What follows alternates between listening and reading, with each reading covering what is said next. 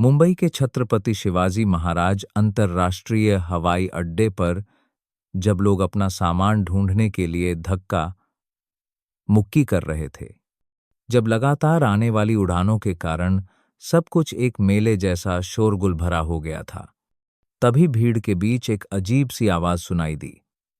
किसी को समझ नहीं आया कि क्या हो रहा है, बस देखा कि सब अचानक रुक गए। हलचल मच गई। एक दूसरे को पुकारने और चीखने की आवाजें गूंजने लगीं। एक आदमी सीधे रास्ते के बीच में गिर पड़ा। उसके मुंह से खून बह रहा था और चेहरा नीला पड़ गया था। कोई नहीं जानता था कि वह कौन है और किसी की भी उसके पास जाने की हिम्मत नहीं हुई। सुरक्षाकर्मी आए, लेकिन वे भी बस घबरा कर खड़े रहे और कुछ नहीं किया। लोग एक दूसरे को देख रहे थे। कोई वीडियो बना रहा था तो कोई पीछे हट रहा था। किसी को समझ नहीं आ रहा था कि कहां से शुरू करें। उसी पल उस अफरा तफरी के बीच एक धीमी लेकिन साफ आवाज गूंजी, क्या किसी के पास पेंसिल है? यह सवाल इतना बेतुका लगा कि किसी को समझ नहीं आया कि इसका मौजूदा स्थिति से क्या लेना देना है। पूछने वाली एक युवा लड़की थी जो 1 घंटे पहले ही अपनी उड़ान से उतरी थी। उसके पास एक छोटे सूटकेस, कंधे पर एक साफ सुथरे बैकपैक और एक पुरानी पेंसिल बॉक्स के अलावा कुछ नहीं था। उसका नाम आन्या था। 19 साल की, पहली बार अपने छोटे शहर से बाहर अकेले मुंबई आई थी ताकि पुणे के एक प्रतिष्ठित विश्वविद्यालय में मेडिकल की पढ़ाई कर सके। सब कुछ नया था। उसे आराम करने का मौका नहीं मिला था। उसके पास फोन सिम नहीं था और उसे अभी तक अपना छात्रावास भी नहीं मिला था। लेकिन अब वह एक ऐसी स्थिति का सामना कर रही थी जिसकी किसी ने उम्मीद नहीं की थी। आन्या के पास ज्यादा सोचने का समय नहीं था।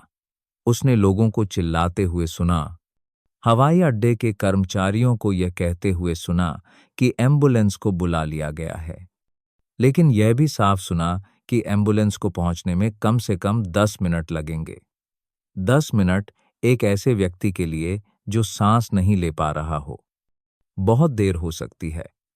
आन्या के पास केवल सैद्धांतिक ज्ञान का अनुभव था। उसने कभी किसी असली इंसान पर अभ्यास नहीं किया था, कभी किसी ऑपरेशन थिएटर में खड़ी नहीं हुई थी और कभी किसी ने उसे किसी की जान बचाने का मौका देकर उस पर भरोसा नहीं किया था। लेकिन वह जानती थी कि उसके सामने क्या हो रहा है, और इससे भी महत्वपूर्ण बात यह थी कि वह जानती थी कि अगर उसने कुछ नहीं किया तो वह आदमी नहीं बचेगा। उसने अपना सवाल फिर से दोहराया, कृपया कोई मुझे एक पेंसिल दे दो। इस बार कुछ लोगों ने प्रतिक्रिया दी और उसे एक नुकीली लकड़ी की पेंसिल दी। आन्या ने बिना कुछ कहे उसे ले लिया। इसके बाद जो हुआ उसने सभी को हैरान कर दिया। वह उस आदमी के पास गई, उसकी सांस की जांच की, उसकी प्रतिक्रिया की जांच की और फिर धीरे से उसकी गर्दन पर एक बिंदु पर दबाया। किसी को समझ नहीं आया कि वह क्या कर रही है, लेकिन कुछ लोगों ने वीडियो बनाना शुरू कर दिया। उसने कोई सफाई नहीं दी, कोई बहाना नहीं बनाया और न ही किसी की मंजूरी मांगी। उसके लिए समय ही एकमात्र ऐसी चीज थी जिसे बर्बाद नहीं किया जा सकता था। आन्या के पास कोई सर्जिकल चाकू नहीं था, कोई आधुनिक चिकित्सा उपकरण नहीं था, कोई सहायक टीम नहीं थी। उसके हाथ में केवल एक लकड़ी की पेंसिल और वह ज्ञान था जिसे उसने सालों से याद किया था। उसने सही जगह ढूंढी और धीरे से नीचे दबाया। सबने अपनी सांस रोक ली। किसी की कुछ कहने की हिम्मत नहीं हुई। कुछ सेकंड बाद उस आदमी के गले से एक हल्की सी आवाज आई और फिर हवा बाहर निकलने की आवाज आई। उसकी छाती फिर से ऊपर नीचे होने लगी। खून बहना बंद हो गया और उसका चेहरा कम नीला पड़ा। किसी ने धीरे से कहा, वह फिर से सांस ले रहा है। और उसके तुरंत बाद राहत की सांसें और बिखरी हुई तालियों की गड़गड़ाहट शुरू हो गई। जब एम्बुलेंस पहुंची तो आन्या पास की एक कुर्सी पर बैठ चुकी थी। उसकी आंखें अभी भी उस आदमी पर थीं। चिकित्साकर्मी अंदर आए, पूछताछ की, स्थिति का आकलन किया और देखा कि क्या किया गया था। उनमें से एक ने पूछा कि यह किसने किया, और हवाई अड्डे के एक गार्ड ने आन्या की ओर इशारा किया। एक एशियाई छात्रा जो 1 घंटे पहले ही भारत के एक दूसरे शहर से आई थी, जिसके पास कोई प्रैक्टिस करने का लाइसेंस नहीं था, जो डॉक्टर नहीं थी, लेकिन उसने भीड़ में से किसी से उधार ली गई एक पेंसिल से एक आदमी की जान बचाई थी। उन्होंने उसका नाम, उसके कॉलेज का नाम और यह पूछा कि वह यह कैसे करना जानती है। उसने बस संक्षिप्त में उत्तर दिया, मैं मेडिकल की पढ़ाई कर रही हूं और मैंने इस तरीके के बारे में पढ़ा है। मुझे यकीन नहीं था कि यह काम करेगा, लेकिन अगर मैं कोशिश नहीं करती तो उनके पास कोई मौका नहीं बचता। उसकी इस ईमानदारी पर कोई बहस नहीं कर सकता था। उस आदमी को स्थिर हालत में स्ट्रेचर पर ले जाया गया। एम्बुलेंस का दरवाजा बंद होने से पहले उसने 1 सेकंड के लिए अपनी आंखें खोलकर उसे देखने की कोशिश की और फिर बंद कर लीं। आन्या नहीं जानती थी कि वह कौन है, उसका नाम क्या है, और उसने अभी अभी कितने बड़े आदमी की जान बचाई है।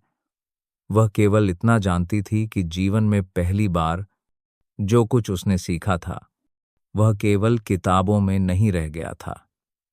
जब भीड़ छूटने लगी, जब हवाई अड्डा अपनी सामान्य लय में वापस आ गया, तब आन्या को थकान महसूस हुई, लेकिन थके होने पर भी उसे यकीन नहीं था कि आगे क्या होगा। उसने अभी तक कॉलेज में अपना कमरा नहीं लिया था, उसे रास्ता नहीं पता था और मुंबई में उसका कोई परिचित भी नहीं था। लेकिन यह स्पष्ट था कि सब कुछ बदल गया था। जो अभी अभी हुआ था वह उसकी बाकी की जिंदगी तक उसके साथ रहने वाला था। और सबसे अजीब बात यह थी कि वह डरी हुई नहीं थी, घबराई हुई नहीं थी और उसे कोई पछतावा नहीं था। वह अच्छी तरह जानती थी कि उसके पास कार्रवाई करने के अलावा कोई दूसरा विकल्प नहीं था, और कभी कभी एक साधारण सा काम भी सब कुछ बदल सकता है। वह नहीं जानती थी कि वह आदमी विक्रम सिंह था, जो भारतीय बायो टेक्नोलॉजी उद्योग के सबसे बड़े नामों में से एक था। वह यह भी नहीं जानती थी कि कल सुबह तक उसका नाम आन्या अखबारों की सुर्खियों में होगा। लेकिन वह एक बात निश्चित रूप से जानती थी कि पुणे के लिए उसका सामान सिर्फ एक प्रवेश पत्र नहीं था, बल्कि यह विश्वास भी था कि वह कुछ उपयोगी करेगी। पेंसिल ने वह कर दिखाया था जो असंभव लग रहा था, लेकिन इससे भी महत्वपूर्ण बात यह थी कि उस दिन के परिणाम का फैसला साहस ने किया था, और आन्या ने तो अभी अपनी यात्रा शुरू ही की थी। आन्या को पुणे आए कुछ ही घंटे हुए थे, लेकिन उसे लग रहा था जैसे उसने उस एक दिन में पूरी जिंदगी जी ली हो। हवाई अड्डे के आपातकालीन क्षेत्र से निकलने के बाद वह कॉलेज द्वारा व्यवस्थित अस्थायी छात्रावास की ओर जाने वाली बस में बैठ गई। बस में उसे किसी ने नहीं पहचाना। किसी को नहीं पता था कि वह वही लड़की है जिसका जिक्र उन समाचारों में हो रहा था जो मंचों पर तेजी से फैलने लगे थे। उसे इसकी परवाह भी नहीं थी। फोन में सिम नहीं था। वाई फाई रुक कर चल रहा था। सब कुछ नया था, लेकिन वह केवल एक लंबी उड़ान और एक अविश्वसनीय घटना के बाद गहरी नींद सोने के बारे में सोच रही थी। अगली सुबह जब वह छात्रावास के सीलन भरे कमरे में जागी, तो आन्या ने अपना लैपटॉप खोला और 10 से अधिक अपठित ईमेल देखे। कुछ ईमेल कॉलेज से थे, नए छात्रों का स्वागत करते हुए, लेकिन एक ईमेल सबसे अलग था। संक्षिप्त, बिना विषय के। बस यह लिखा था, विक्रम सिंह आपसे मिलना चाहते हैं। उसके नीचे एक फोन नंबर और अस्पताल का पता था। आन्या को अपनी आंखों पर विश्वास नहीं हुआ। उसे उस नाम को याद करने में कुछ मिनट लगे। कल वाला आदमी, जिसके बारे में वह कुछ नहीं जानती थी सिवाय इसके कि वह घुटन से लगभग मर गया था। उसने तुरंत जवाब नहीं दिया। उत्सुक होने के बावजूद उसे समझ नहीं आया कि कैसे प्रतिक्रिया दे। इसके बजाय उसने स्कूल जाने, अपना पंजीकरण पूरा करने, सामग्री प्राप्त करने और कक्षाओं के लिए सेप लब करने का फैसला किया। नए छात्रों के लिए ओरिएंटेशन सत्र योजना के अनुसार हुए। भीड़ में किसी ने भी उसे बहुत देर तक नहीं देखा। किसी ने पूछताछ नहीं की या परिचित होने का कोई संकेत नहीं दिया। उसने सोचना शुरू कर दिया। शायद हवाई अड्डे की घटना बस एक क्षणभंगुर पल थी जो भुला दी जाएगी। वह ऐसा ही चाहती थी। वह प्रसिद्धि के लिए तैयार नहीं थी। लेकिन उस दोपहर जब वह लेक्चर हॉल से बाहर निकली तो एक सूट पहने हुए आदमी उसके पास आया और बिना किसी भूमिका के सीधे पूछा, क्या आप आन्या हैं? जब उसने हाँ में सिर हिलाया तो उसने उसे एक बिजनेस कार्ड दिया जिसमें बायोजेन इनोवेशंस के लोगों के नीचे रोहन सिंह नाम लिखा था, उस आदमी का बेटा जिसे उसने बचाया था। ज्यादा कुछ कहे बिना उसने बस इतना कहा कि विक्रम उससे मिलना चाहते हैं। उस शाम आन्या के पास मना करने का कोई कारण नहीं बचा था। उसकी उत्सुकता ने सारी झिझक पर काबू पा लिया। वह दिए गए पते पर अस्पताल पहुंची। पहली बार एक ऐसे आधुनिक और व्यवस्थित उपचार स्थान का सामना कर रही थी जो ठंडा लग रहा था। लेकिन उसकी कल्पना के विपरीत विक्रम बिस्तर पर नहीं लेटा हुआ था। वह आराम से बैठा था, थका हुआ लग रहा था लेकिन सचेत था। उसे समझ नहीं आया कि कैसे शुरू करे, लेकिन विक्रम ने ही एक संक्षिप्त, बिना लाग लपेट के धन्यवाद के साथ चुप्पी तोड़ी। विक्रम ने लंबी बात नहीं की। उसने कहा कि उसने वह क्लिप देखी है जिसे किसी ने हवाई अड्डे पर रिकॉर्ड किया था। उसने घुटन, आतंक और उस पल को फिर से याद किया जब उसे एहसास हुआ कि वह फिर से जीवित हो गया है। याददाश्त का एक हिस्सा टूटा हुआ था, लेकिन उसे पेंसिल वाली युवा लड़की स्पष्ट रूप से याद थी। उसने कहा कि उस स्थिति में उसे कार्रवाई नहीं करनी चाहिए थी, लेकिन क्योंकि वह पीछे नहीं हटी, वह आज बात करने के लिए जीवित है। आन्या अभी भी नहीं समझ पा रही थी कि उसे धन्यवाद के अलावा यहां क्यों बुलाया गया है। लेकिन विक्रम ने सीधे कहा, वह उसे एक परियोजना में शामिल होने के लिए आमंत्रित करना चाहता है, जो दूर दराज के क्षेत्रों, ऐसे क्षेत्रों के लिए एक न्यूनतम चिकित्सा प्रणाली पर एक परीक्षण कार्यक्रम है जहां आधुनिक चिकित्सा उपकरणों तक पहुंच नहीं है। यह विचार कई सालों से कागजों पर था, लेकिन कोई भी इसे एक व्यावहारिक समाधान में नहीं बदल पाया था। विक्रम का मानना था कि आन्या के पास सोचने का एक अलग तरीका है। वह सिर्फ एक प्रथम वर्ष की छात्रा थी जिसे पुणे आए 2 दिन भी नहीं हुए थे। उसने एक भी क्लास नहीं ली थी और किसी भी प्रोफेसर को नहीं जानती थी। उसे समझ नहीं आया कि विक्रम जैसा कोई व्यक्ति, एक अरबपति, भारत की अग्रणी बायो टेक्नोलॉजी कंपनी का संस्थापक, उसे क्यों आमंत्रित करना चाहता है, जबकि हजारों बेहतर, अधिक अनुभवी और प्रसिद्ध मेडिकल छात्र थे। लेकिन उसने कहा कि क्योंकि वह पारंपरिक सोच से बंधी नहीं है, इसलिए उसने उस समय एक समाधान देखा जब दूसरे केवल देख रहे थे। आन्या ने तुरंत जवाब नहीं दिया। उसने सोचने के लिए समय मांगा। जब वह अस्पताल से निकली तो उसका सिर घूम रहा था। यह प्रस्ताव बहुत अप्रत्याशित था। एक हिस्सा उत्साहित था, लेकिन बड़ा हिस्सा भ्रमित था। एक अजनबी छात्रा जो किसी को नहीं जानती, जिसकी अंग्रेजी अभी भी लड़खड़ाती है, क्या वह शक्तिशाली और गणनात्मक लोगों की दुनिया में कदम रखने के लिए पर्याप्त मजबूत होगी? वह छात्रावास लौटी, कंप्यूटर स्क्रीन के सामने बैठी और खबरें खोलीं। पेंसिल से लोगों को बचाने की उसकी तस्वीरें व्यापक रूप से फैलने लगी थीं। कुछ लोग उसे हीरो कह रहे थे। कुछ लोगों ने संदेह किया कि क्या उसे ठीक से प्रशिक्षित किया गया था। कुछ ने उसके साहस की प्रशंसा की, तो कुछ ने उसके आवेगी कृत्य का मजाक उड़ाया।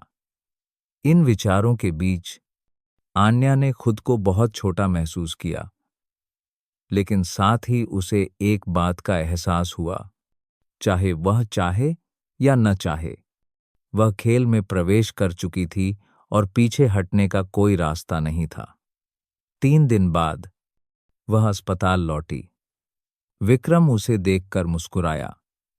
उसने उसके फैसले के बारे में दोबारा नहीं पूछा, बस एक वाक्य कहा, हम सबसे सरल चीज से शुरू करेंगे, एक विचार, और वहां से हम कुछ ऐसा बनाएंगे जिसके बारे में किसी ने कभी नहीं सोचा था। आन्या को यकीन नहीं था कि भविष्य उसे कहां ले जाएगा, लेकिन इस बार उसने विश्वास करने का फैसला किया, प्रसिद्धि के लिए नहीं, बल्कि कुछ सार्थक करने की भावना के लिए। और शायद उस पेंसिल ने अपनी कहानी अभी शुरू ही की थी। आन्या ने विक्रम की व्यवस्था के अनुसार एक पर्यवेक्षक के रूप में बायोजेन इनोवेशंस की परियोजना में भाग लेना शुरू कर दिया। उसे आंतरिक व्याख्यानों में शामिल होने, विशेष दस्तावेज पढ़ने और अनुमत सीमा के भीतर प्रश्न पूछने की अनुमति थी।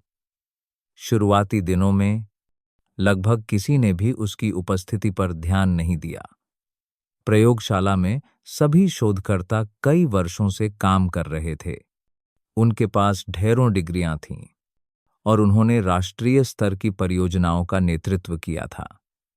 एक दूर देश से आई प्रथम वर्ष की छात्रा, जिसके पास कोई नैदानिक अनुभव नहीं था और जिसने अभी अभी एक पेंसिल से अपने बड़े बॉस की जान बचाई थी, ने कई लोगों को हैरान और अस्वीकार्य महसूस कराया।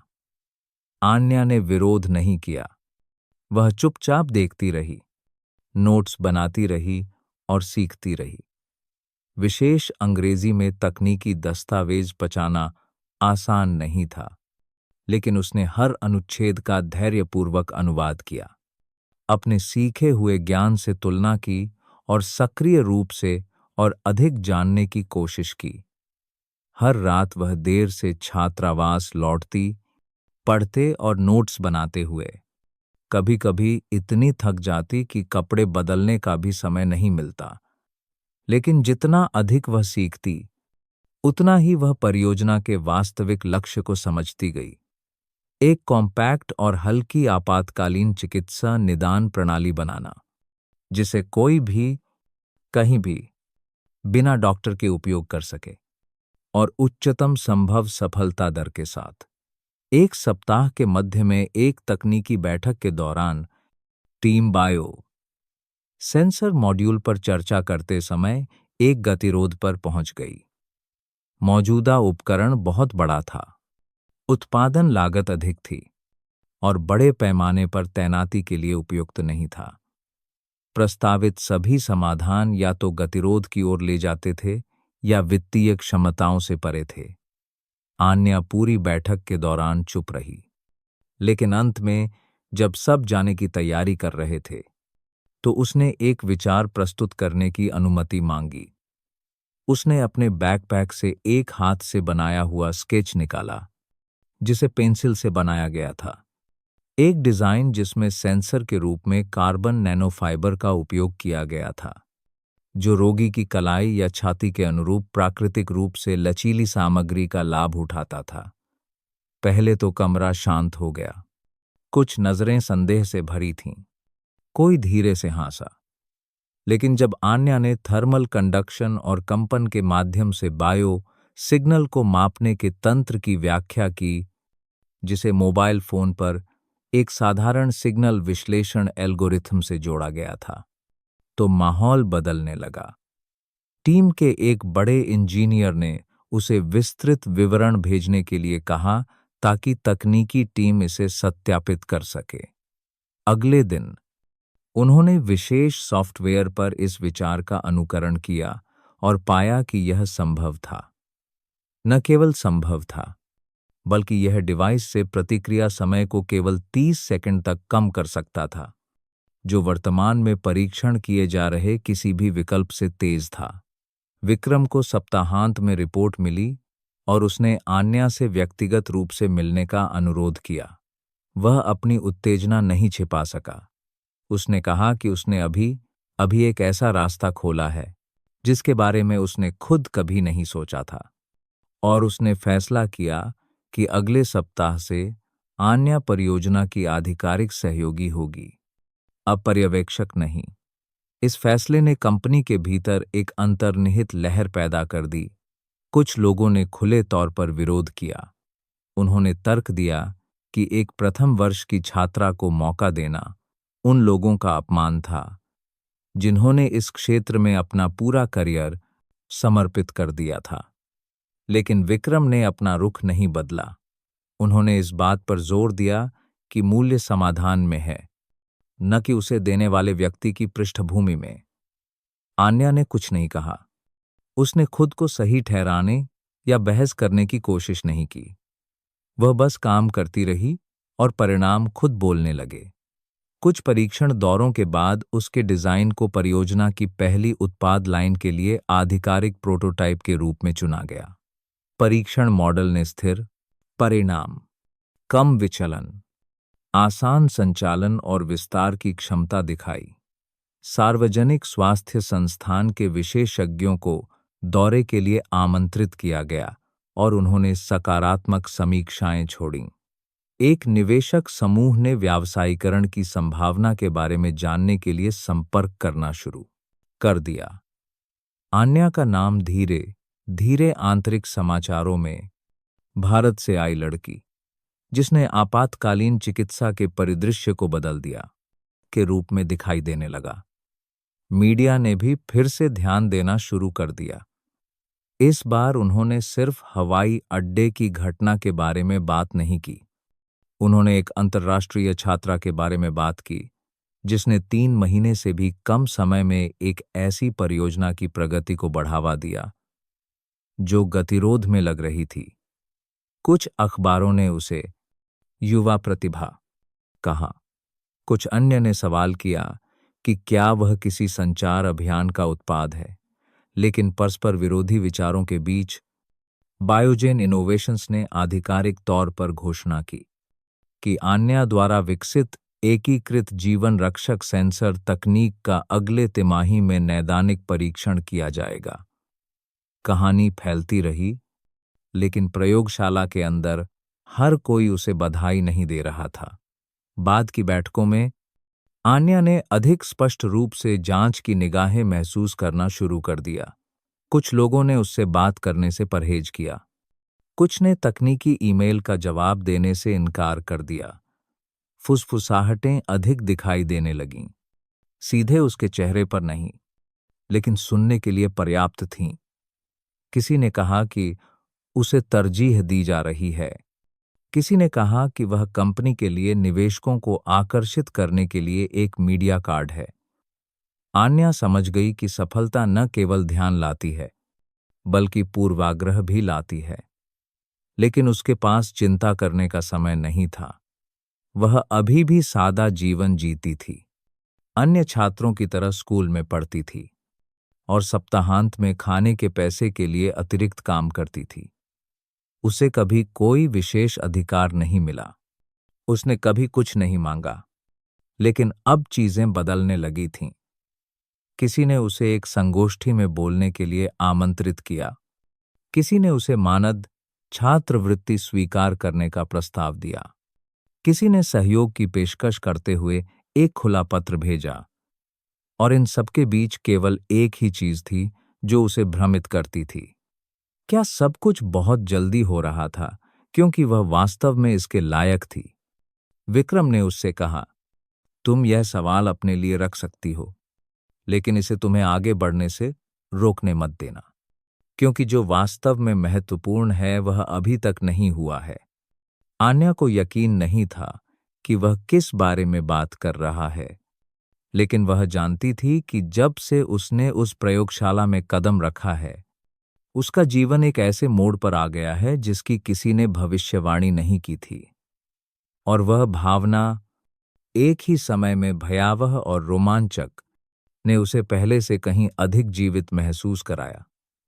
जब आन्या का नाम आंतरिक रिपोर्टों में अधिक से अधिक बार आने लगा, तो सुनीता वर्मा को असहज महसूस होने लगा। बायोजेन इनोवेशंस में 20 साल काम करने के दौरान उन्होंने कभी भी किसी प्रथम वर्ष के छात्र को इतनी तरजीह मिलते नहीं देखा था। सुनीता के लिए सभी मान्यताएं वरिष्ठता, डिग्री और अनुसंधान संरचना में आधिकारिक भूमिका पर आधारित होनी चाहिए। जो कुछ आन्या के पास था, विक्रम का ध्यान, बैठकों में निमंत्रण, गहरे डेटा तक पहुंच, ये ऐसी चीजें थीं जिन्हें पाने में मध्य स्तर के शोधकर्ताओं को भी सालों लग जाते थे। और अब यह सब एक विदेशी लड़की को सिर्फ इसलिए दिया जा रहा था क्योंकि उसने एक बार हवाई अड्डे पर हीरो वाला काम किया था। सुनीता ने तुरंत प्रतिक्रिया नहीं दी। वह चुपचाप आन्या पर नजर रखती रही। बैठकों में उसके बातचीत करने के तरीके से लेकर प्रयोगशाला में उसके काम करने के कार्यक्रम तक उसने विवरणों में खामियां खोजने की कोशिश की। सवाल अब यह नहीं था कि आन्या अच्छी है या नहीं, बल्कि यह था कि यह कैसे साबित किया जाए कि वह उपयुक्त नहीं है। अनुसंधान और विकास के उपाध्यक्ष के रूप में सुनीता को रिपोर्ट, प्रगति की जांच करने, प्रक्रियाओं का मूल्यांकन करने और समायोजन का प्रस्ताव करने का अधिकार था, और उसने उस शक्ति का उपयोग सूक्ष्म तरीके से दबाव बनाने के लिए करना शुरू कर दिया।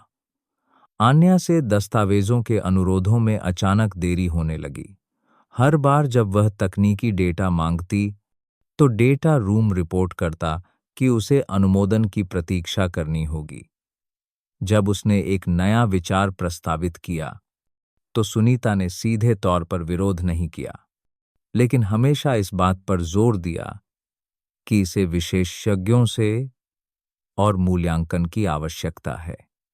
अनुसंधान दल के कुछ सदस्य जो कभी आन्या के प्रति सकारात्मक थे, धीरे धीरे सतर्क हो गए। उन्हें डर था कि अगर वे उसके साथ दोस्ताना बने रहे तो वे सुनीता की अध्यक्षता वाली नियमित मूल्यांकन बैठकों में फंस जाएंगे। आन्या ने बदलाव महसूस किया। वह मूर्ख नहीं थी। उसने टालमटोल वाली निगाहें, अधिक रूखे जवाब और कम होती शुभकामनाएं देखीं, लेकिन उसे यह नहीं पता था कि अपने काम को जारी रखने के अलावा और क्या करे। वह कोई और विभाजन पैदा नहीं करना चाहती थी। हर दिन वह समय पर अनुसंधान प्रयोगशाला में आती, अपना काम पूरा करती, विस्तृत रिपोर्ट भेजती और बिल्कुल भी बहस नहीं करती। लेकिन यही रवैया सुनीता को और भी परेशान करता था। उसने सोचा कि वह विक्रम का दिल जीतने के लिए पीड़ित की भूमिका निभा रही है। एक दोपहर तिमाही प्रगति समीक्षा बैठक के दौरान सुनीता ने प्रोटोटाइप डिवाइस से प्राप्त डेटा की विश्वसनीयता के बारे में आन्या से सार्वजनिक रूप से पूछताछ की। उसने एक आंतरिक रिपोर्ट का हवाला देते हुए बताया कि कुछ परीक्षणों में सेंसर ने असामान्य रूप से उच्च त्रुटि दर दिखाई। आन्या ने समझाया कि वे सभी मामले एक अंशांकन सॉफ्टवेयर त्रुटि के कारण थे जिसे तुरंत ठीक कर लिया गया था। लेकिन सुनीता ने पूछताछ जारी रखी, जैसे कि उसे यह स्वीकार करने के लिए मजबूर करने की कोशिश कर रही हो कि उसकी क्षमताएं अपर्याप्त हैं। विक्रम उस दिन बैठक में नहीं था और कमरे में किसी ने भी आन्या का बचाव नहीं किया। बैठक के बाद उसे मानव संसाधन विभाग से एक ईमेल मिला जिसमें उसके द्वारा प्रभारी सभी डेटा प्रसंस्करण प्रक्रियाओं की समीक्षा करने का अनुरोध किया गया था। हालांकि यह चेतावनी नहीं थी, लेकिन यह उसे यह समझाने के लिए पर्याप्त था कि सुनीता ने कार्रवाई के चरण में प्रवेश करना शुरू कर दिया है। कुछ दिनों बाद आन्या ने गलती से एक कर्मचारी को यह चर्चा करते हुए सुना कि उसकी परियोजना बहुत जोखिम भरी थी, क्योंकि इसमें एक गैर प्रशिक्षित छात्र शामिल था। दूसरे ने कहा कि विक्रम केवल आन्या को एक मार्केटिंग टूल के रूप में उपयोग कर रहा है, निवेशकों को खुश करने के लिए कार्यबल में विविधता ला रहा है। वह नहीं जानती थी कि ये शब्द कहां से आए थे, लेकिन अनुमान लगाना मुश्किल नहीं था। सुनीता हमेशा बिना कोई निशान छोड़े संदेह बोना जानती थी। विक्रम एक व्यापार यात्रा से लौटा और तुरंत बदले हुए माहौल को महसूस किया। उसने आन्या को एक निजी दोपहर के भोजन के लिए आमंत्रित किया। टीम में स्थिति के बारे में विस्तार से पूछा। आन्या झिझकी, लेकिन अंत में उसने सच्चाई का एक हिस्सा बताया। उसने शिकायत नहीं की, बस इतना कहा कि उसने कुछ प्रक्रियाओं को धीमा होते देखा है और अब उसे पहले जैसी प्रतिक्रिया नहीं मिल रही है। विक्रम ने चुपचाप सिर हिलाया, ज्यादा कुछ नहीं कहा। लेकिन उस दिन के बाद वह तकनीकी बैठकों में अधिक दिखाई देने लगा। प्रत्येक विभाग से सीधे सवाल पूछता। उसकी उपस्थिति ने कई लोगों को असहज कर दिया और सुनीता को अपने व्यवहार में नरम होने के लिए मजबूर होना पड़ा। लेकिन बात यहीं नहीं रुकी। जब पहला प्रोटोटाइप एक स्वतंत्र विशेषज्ञ समूह को प्रस्तुत किया गया, तो यह पाया गया कि डिजाइन के एक हिस्से में एक त्रुटि थी। यह हिस्सा एक अन्य इंजीनियर द्वारा संभाला गया था, लेकिन ड्राइंग पर आन्या का नाम था। उसने समझाया कि उसने उस हिस्से में भाग नहीं लिया था, केवल एप्लीकेशन इंटरफेस की जांच की थी। लेकिन जब रिकॉर्ड की जांच की गई, तो मूल पर उस इंजीनियर का नाम नहीं था और सिस्टम में केवल वही संस्करण बचा था जिसमें आन्या को अंतिम संपादक के रूप में दर्ज किया गया था। उसे तकनीकी सलाहकार बोर्ड के सामने सफाई देने के लिए मजबूर किया गया। आन्या स्तब्ध थी। उसे समझ नहीं आ रहा था कि क्या हो रहा है। सिस्टम पर उसके सभी कार्य प्रक्रिया के अनुसार थे, लेकिन बिना किसी निशान के डेटा का बदला जाना कुछ ऐसा था जिसका उसने पहले कभी सामना नहीं किया था। स्पष्टीकरण बैठक के दौरान सुनीता ने कुछ नहीं कहा। वह बस सुनती रही, कभी-कभी नोट्स लेती रही। बोर्ड के एक सदस्य ने पूछा कि क्या आन्या यह वादा कर सकती है कि उसका सारा डेटा पारदर्शी है। उसने सिर हिलाया, लेकिन दिल ही दिल में वह जानती थी कि लोगों का विश्वास डगमगाने लगा है। बैठक के बाद विक्रम ने उसे अपने निजी कार्यालय में बुलाया। उसने संक्षिप्त में कहा कि कंपनी जांच के दौरान सिस्टम तक उसकी पहुंच को अस्थायी रूप से निलंबित कर देगी। ऐसा इसलिए नहीं था कि उसे उस पर संदेह था, बल्कि इसलिए कि जब दूसरे लोग पारदर्शिता की मांग कर रहे थे, तो वह कुछ और नहीं कर सकता था। उसने उसे शांत रहने और तकनीकी जांच के परिणामों की प्रतीक्षा करने की सलाह दी। आन्या ने सिर हिलाया, लेकिन जब वह कार्यालय से बाहर निकली, तो वह समझ गई कि चीजें एक अलग मोड़ ले चुकी हैं। उसे अब प्रगति अपडेट वाले ईमेल नहीं मिलते थे। बैठकों में अब निमंत्रण नहीं भेजे जाते थे। उसके सवालों का जवाब नहीं दिया जाता था। लोगों की नज़र में वह प्रतिभाशाली भारतीय छात्रा नहीं थी जो नए समाधान लेकर आई थी। वह सिर्फ वह व्यक्ति थी जिसकी डेटा त्रुटियों के लिए जांच की जा रही थी, और कंपनी के विशाल गलियारों में अब कोई भी उसे पहले की तरह मुस्कुराकर नमस्ते नहीं करता था। एक भी नहीं। आन्या अपने छात्रावास के कमरे में बैठी कंप्यूटर स्क्रीन को देख रही थी और उसे समझ नहीं आ रहा था कि कौन सा फोल्डर खोले। उसके दिमाग में सब कुछ उलझा हुआ था। जिन रिपोर्टों, जिन रेखाचित्रों, जिन दस्तावेजों को पूरा करने में उसने महीनों लगाए थे, अब उनका कोई मूल्य नहीं था। उसके पास अब सिस्टम तक पहुंच नहीं थी। उसे प्रयोगशाला में प्रवेश करने की अनुमति नहीं थी। उसे बैठकों में शामिल होने की अनुमति नहीं थी, और किसी ने भी उससे संपर्क नहीं किया।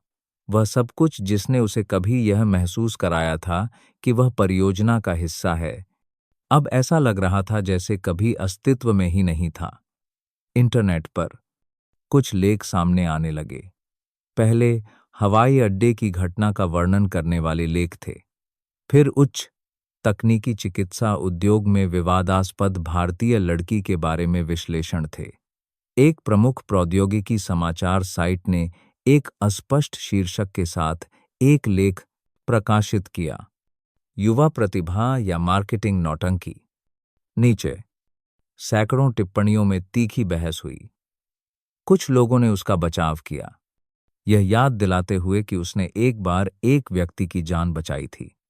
लेकिन कुछ ने यह भी दावा किया कि कोई भी अचानक एक प्रमुख अनुसंधान प्रयोगशाला में आमंत्रित नहीं किया जाता है। यदि उसके पास विशेष समर्थन न हो, उसने सभी सूचनाएं बंद कर दीं। वह अब और कुछ नहीं जानना चाहती थी। अपने छात्र जीवन के दौरान आन्या हमेशा मानती थी कि यदि आप कड़ी मेहनत करते हैं, प्रयास करते हैं और ईमानदार रहते हैं, तो सब कुछ सही दिशा में जाएगा।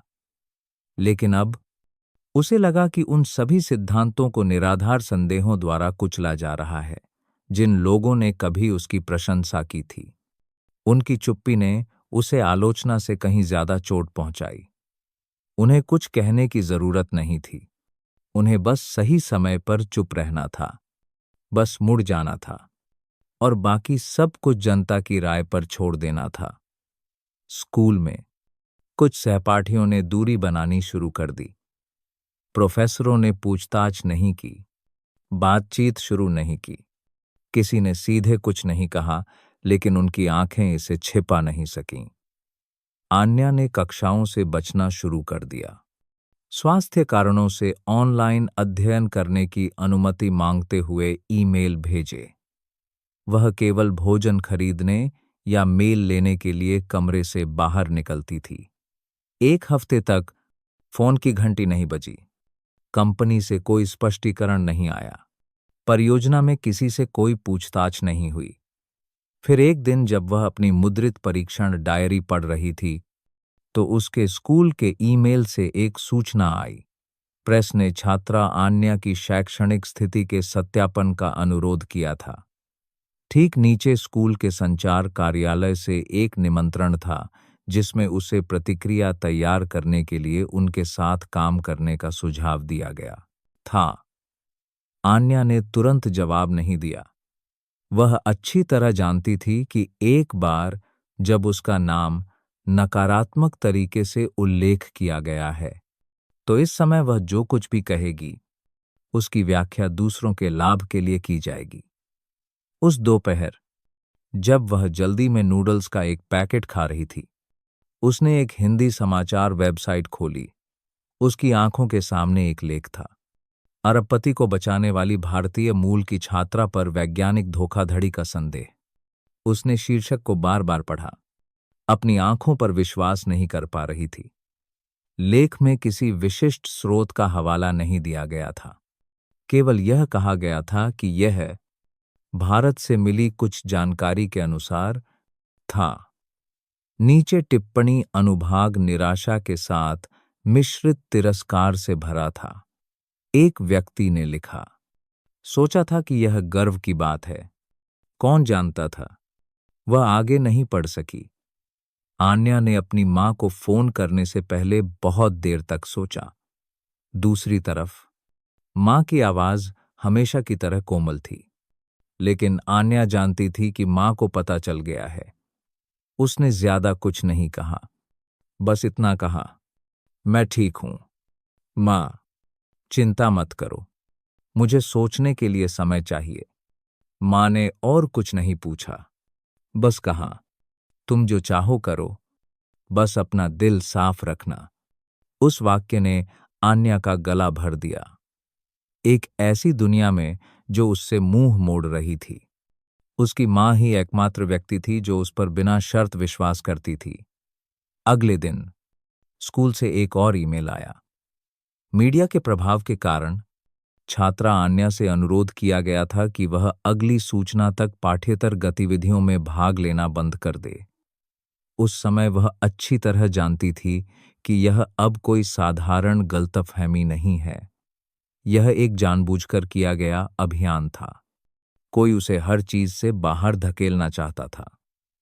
उसे डेटा में त्रुटियों, प्रभारी व्यक्तियों के नाम में बदलाव और खोई हुई प्रतियों पर संदेह होने लगा। क्या यह वास्तव में एक तकनीकी त्रुटि थी या उसके पीछे कुछ और हो रहा था?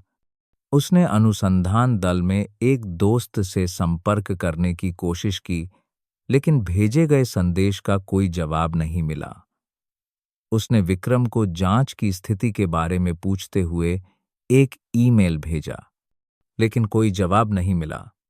केवल कंपनी के कानूनी विभाग से एक ही ईमेल आया, जिसमें बताया गया था कि सभी परियोजना जानकारी अब लॉक कर दी गई है और उससे अनुरोध किया गया है कि जब तक समीक्षा प्रक्रिया पूरी नहीं हो जाती, तब तक वह कोई भी डेटा बाहर साझा न करे। इस बीच एक अन्य प्रौद्योगिकी समाचार पत्र ने बायोजेन के उत्पाद विकास प्रक्रिया में विसंगतियों के बारे में एक विश्लेषणात्मक लेख प्रकाशित किया। लेख ने अनुसंधान दल में आन्या की वैधता पर सवाल उठाया और एक अनाम स्रोत का हवाला देते हुए दावा किया कि उसने डेटा की प्रतिलिपि बनाने के लिए अमान्य पहुंच का उपयोग किया था। किसी ने भी उस जानकारी की पुष्टि नहीं की, लेकिन किसी ने भी इसका खंडन नहीं किया, और यह संदेह की एक नई लहर उठाने के लिए पर्याप्त था। एक दोपहर, जब वह स्कूल परिसर से गुजर रही थी, आन्या ने छात्रों के एक समूह को इस बारे में चर्चा करते हुए सुना कि क्या वह मीडिया का ध्यान एक बार फिर से आकर्षित करने के लिए पीड़ित की भूमिका निभाने की कोशिश कर रही है। उसने कुछ नहीं कहा। वह जानती थी कि इस समय कुछ भी कहना व्यर्थ है। वह केवल एक ही काम कर सकती थी, चुप रहना, अपने मन को शांत रखना और सच्चाई के सामने आने का इंतजार करना। लेकिन लोगों के दिल इतने लंबे समय तक इंतजार नहीं कर सकते। वह अपने कमरे में अकेली लौट आई, न बत्ती जलाई, न कंप्यूटर खोला, बस चुपचाप अपनी मेज की दराज से अपना पुराना पेंसिल बॉक्स निकाला।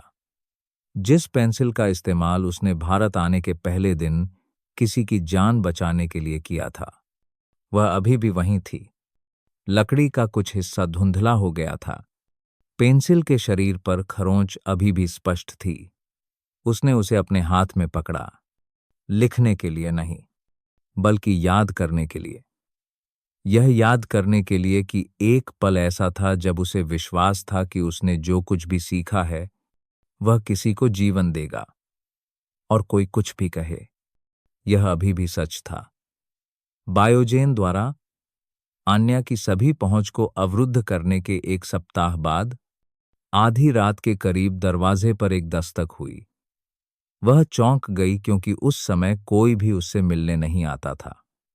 यह सोचकर कि यह मीडिया से कोई या गलत कमरे में आया कोई डाकिया हो सकता है, उसने दरवाजा नहीं खोलने का फैसला किया। लेकिन बाहर से किसी ने उसका नाम पुकारा। यह रोहन था। उसकी आवाज ऊंची नहीं थी, लेकिन स्पष्ट थी।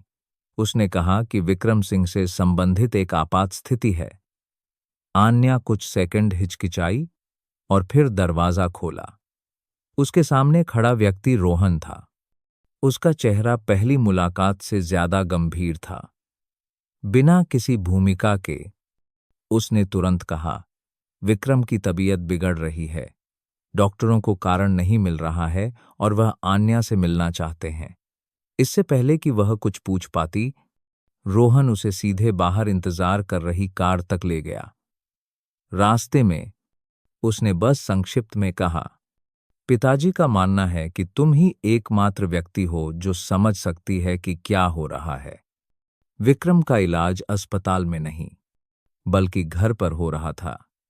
यह जानकर आन्या को आश्चर्य नहीं हुआ।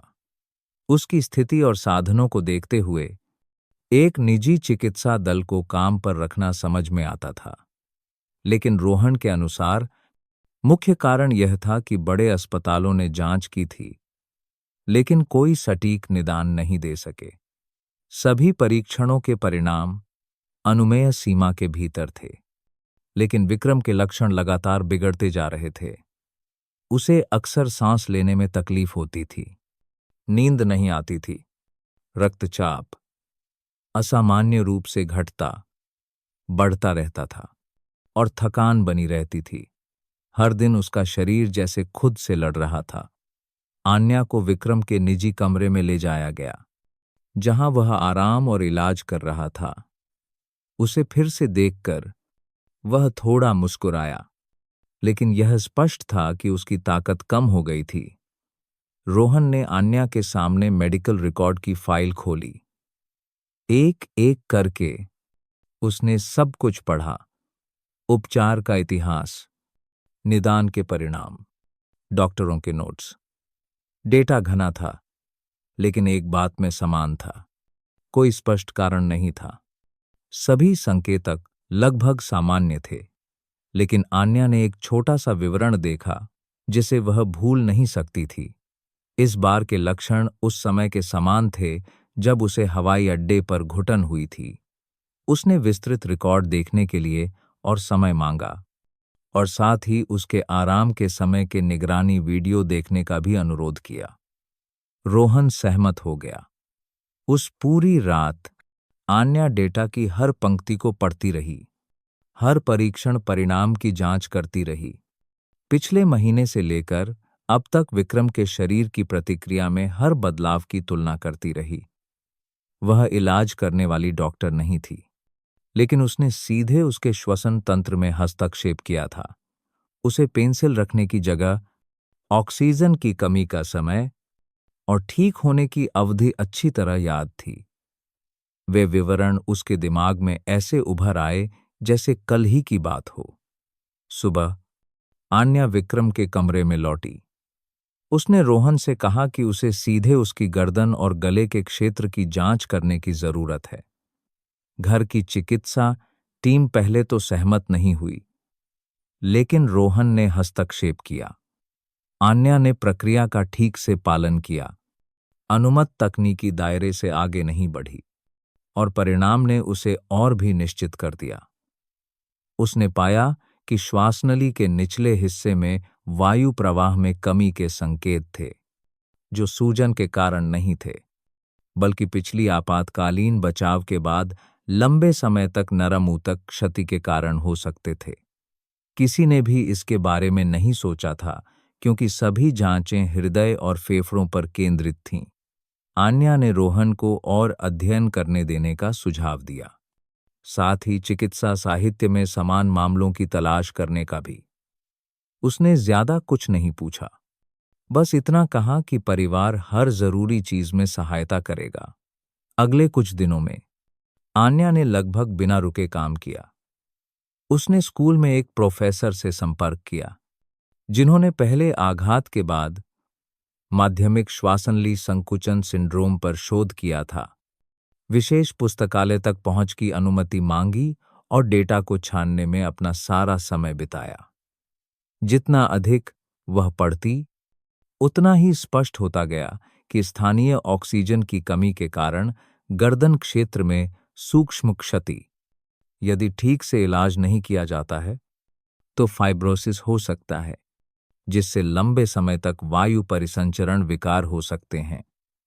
आन्या ने सभी निष्कर्षों को एक हाथ से लिखी रिपोर्ट में नोट किया, ईमेल के माध्यम से नहीं भेजा।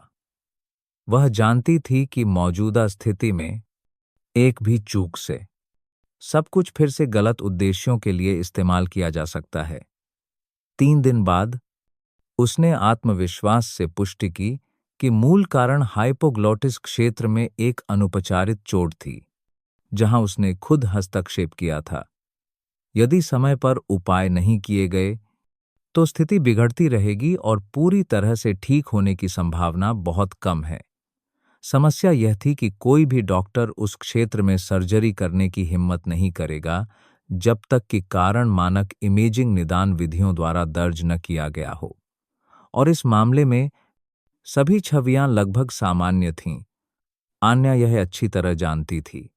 उसके पास कोई डिग्री नहीं थी, कोई लाइसेंस नहीं था, कोई आधिकारिक पद नहीं था, लेकिन उसके पास कुछ ऐसा था जो किसी और के पास नहीं था।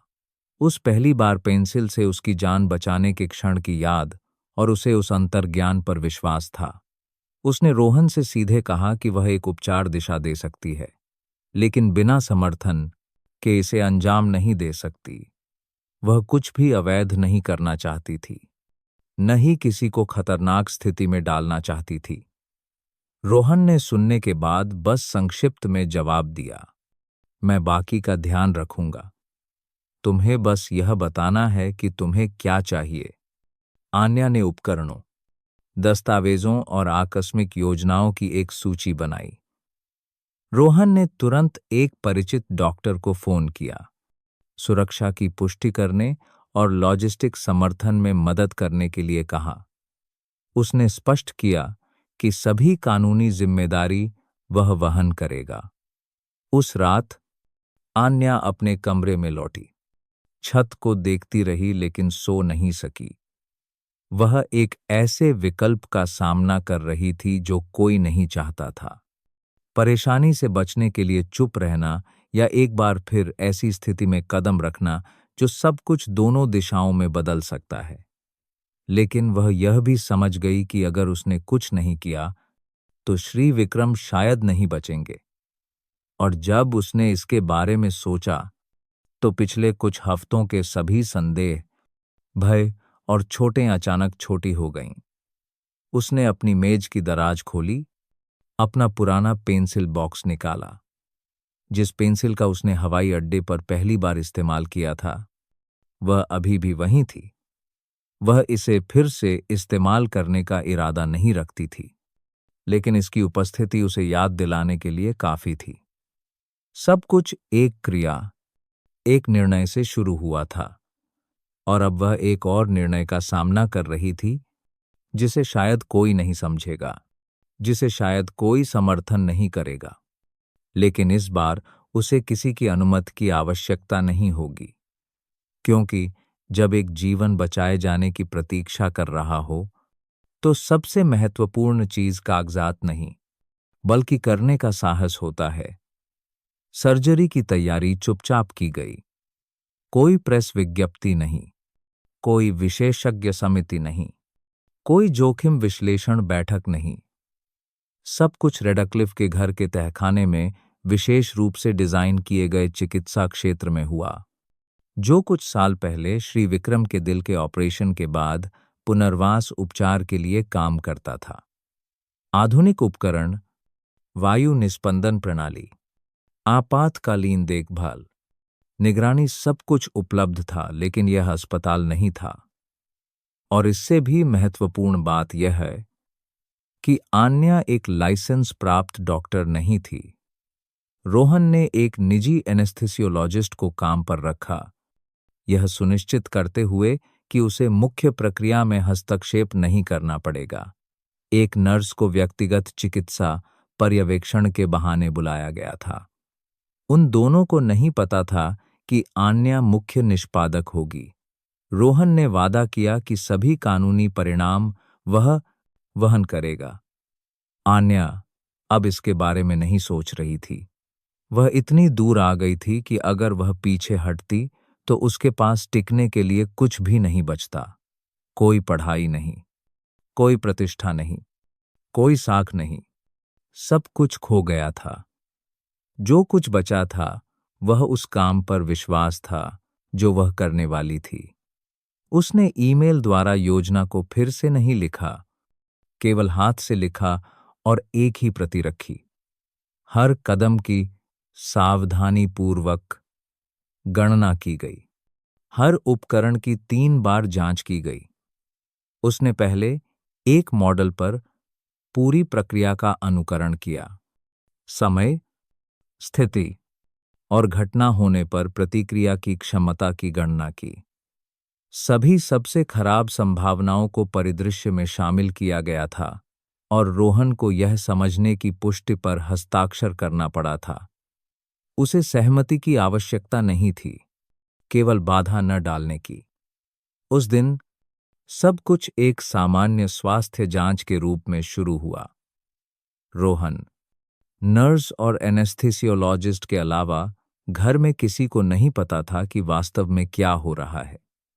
श्री विक्रम को तैयार किया गया और कमरे में लाया गया। उसने बस एक सवाल पूछा, क्या तुम्हें यकीन है? आन्या ने सिर हिलाया।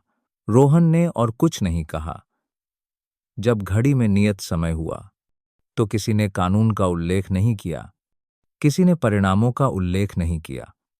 ऐसा इसलिए नहीं था क्योंकि वे भूल गए थे, बल्कि इसलिए कि उस समय वे चीजें अब महत्वपूर्ण नहीं थीं। सर्जरी अपेक्षा से कई घंटे अधिक चली। क्षतिग्रस्त ऊतक कल्पना से अधिक जटिल था। कुछ क्षेत्रों में फाइब्रोटिक ऊतक तंत्रिका के बहुत करीब था। यदि सावधानी से नहीं संभाला गया तो यह स्थायी क्षति का कारण बन सकता था। आन्या को बीच में योजना का एक हिस्सा बदलना पड़ा, उपकरणों को समायोजित करना पड़ा और एक ऐसी तकनीक का उपयोग करना पड़ा जिसके बारे में उसने एक नए, व्यापक रूप से ज्ञात नहीं हुए अध्ययन में पढ़ा था। सभी निर्णय चुपचाप लिए गए। किसी ने जल्दी नहीं की, किसी ने हस्तक्षेप नहीं किया। जब अंतिम चरण पूरा हो गया, महत्वपूर्ण संकेत स्थिर हो गए और वायुमार्ग स्पष्ट रूप से प्रवाहित हो रहा था, तो वह जान गई कि उसने यह कर लिया है। किसी ने जयकार नहीं की, किसी ने ताली नहीं बजाई, बस खामोश निगाहें थीं। उसे राहत महसूस नहीं हुई, न ही खुशी।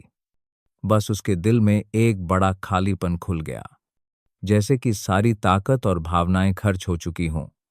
विक्रम कुछ घंटे बाद होश में आया। उसने जो पहला अंतर महसूस किया वह यह था कि सांस लेना आसान हो गया था। कोई दबाव महसूस नहीं हो रहा था, कोई जलन नहीं थी और पहले की तरह सांस लेने के लिए संघर्ष नहीं करना पड़ रहा था।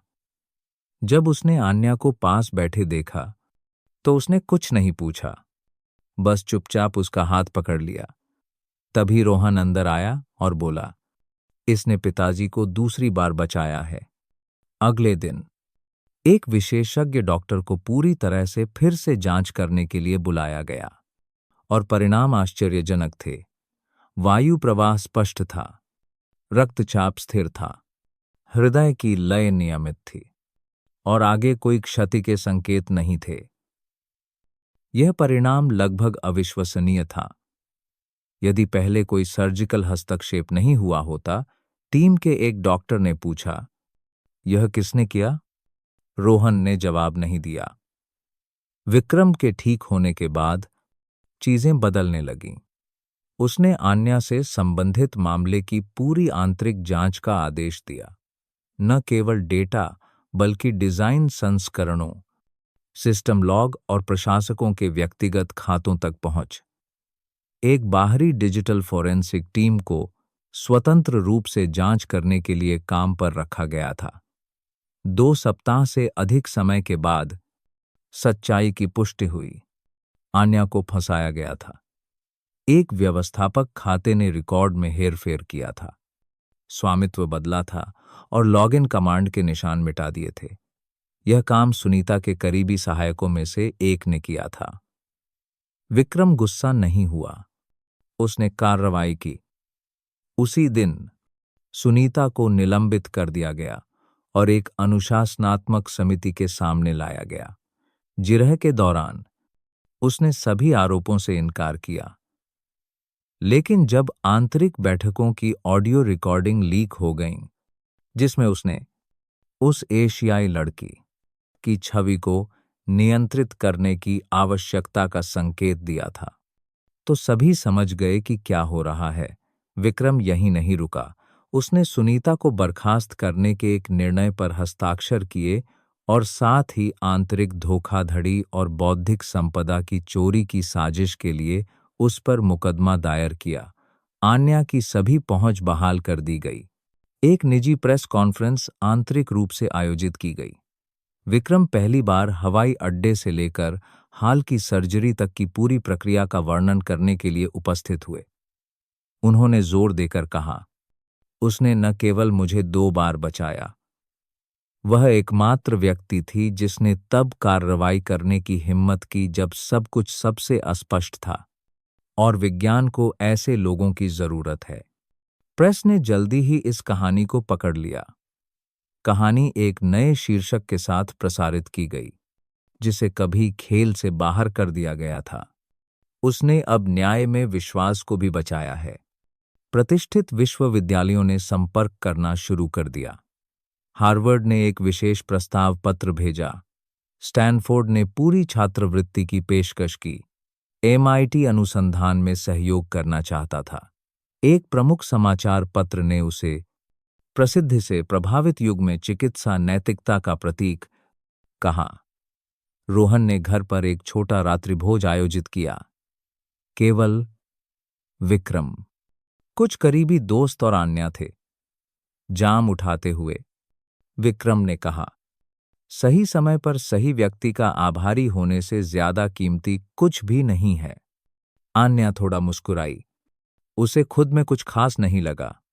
उसने बस वही किया जो उसे सही लगा। लेकिन इस बार कम से कम उसे अकेले नहीं खड़ा होना पड़ा, और यह काफी था। प्रमुख विश्वविद्यालयों के प्रस्तावों ने आन्या को उतना खुश नहीं किया जितना लोगों ने सोचा था।